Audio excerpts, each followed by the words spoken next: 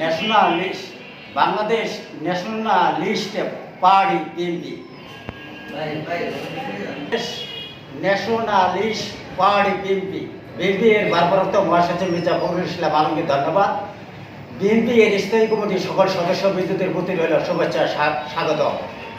জিউর Rahman was born on 19 January 1936 at Bagbari in Bogura. His father Munshur Rahman was a chemist working in a government department in Kolkata. His early childhood was in small party rural area of Bogura and party in Kolkata.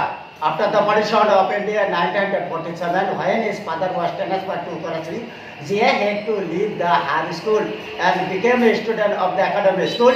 He completed his secondary education from that school in 1952. In 1953, he got himself admitted into EDJ College, Karachi. In the same year, he joined the Pakistani military at Kabul as an officer cadet.